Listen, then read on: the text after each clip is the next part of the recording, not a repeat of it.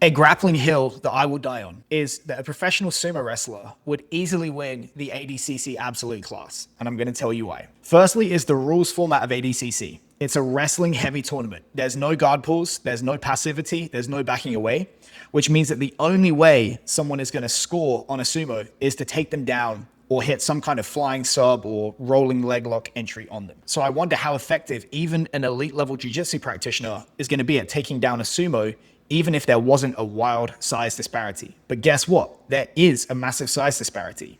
So they're probably not getting taken down. They're probably not getting points scored on them. As for the flying subs, in ADCC, you're allowed to slam your way out of submissions. So I don't think anyone would be dumb enough to try, say, a flying armbar or a flying triangle against a sumo.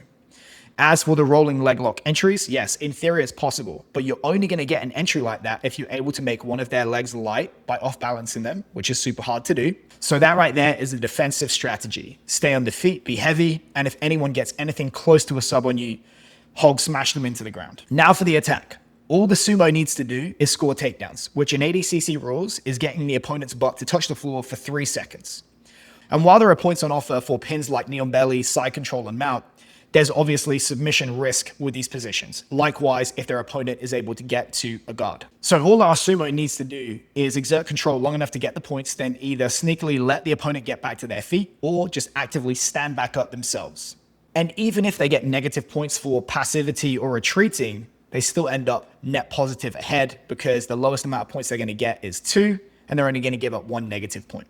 Then the process repeats itself. So even in the unlikely event that our sumo isn't able to land a single takedown throughout the entire match, which is pretty much what they do all day, every day, the match is just going to go to a referee's decision, which as long as our sumo stays busy and goes hunting for those takedowns, should go his way. And if you think this is ridiculous, remember that Orlando Sanchez won the super heavyweight class in 2015 without scoring a single point beyond his first match.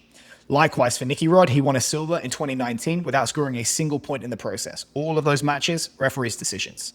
Now imagine a similar strategy, but with better wrestling and 100 pounds of additional body weight. I will concede that the big weakness for the sumo is going to be the endurance demand. Whereas the average sumo match is just 10 seconds long, the shortest ADCC match is 10 minutes without overtimes, and the points portion of that match doesn't start until at least halfway through. If I was game planning against the sumo, I would just try to be as active as possible with feints and level changes to get that guy as tired as possible, then try and run around their back for something like a rear naked choke. What do you guys think? Could the sumo win? If so, please DM for details about how you can join my crowdsourcing effort to sponsor and train one of them like a Dominican baseball player. Daddy wants some walking around money. Us.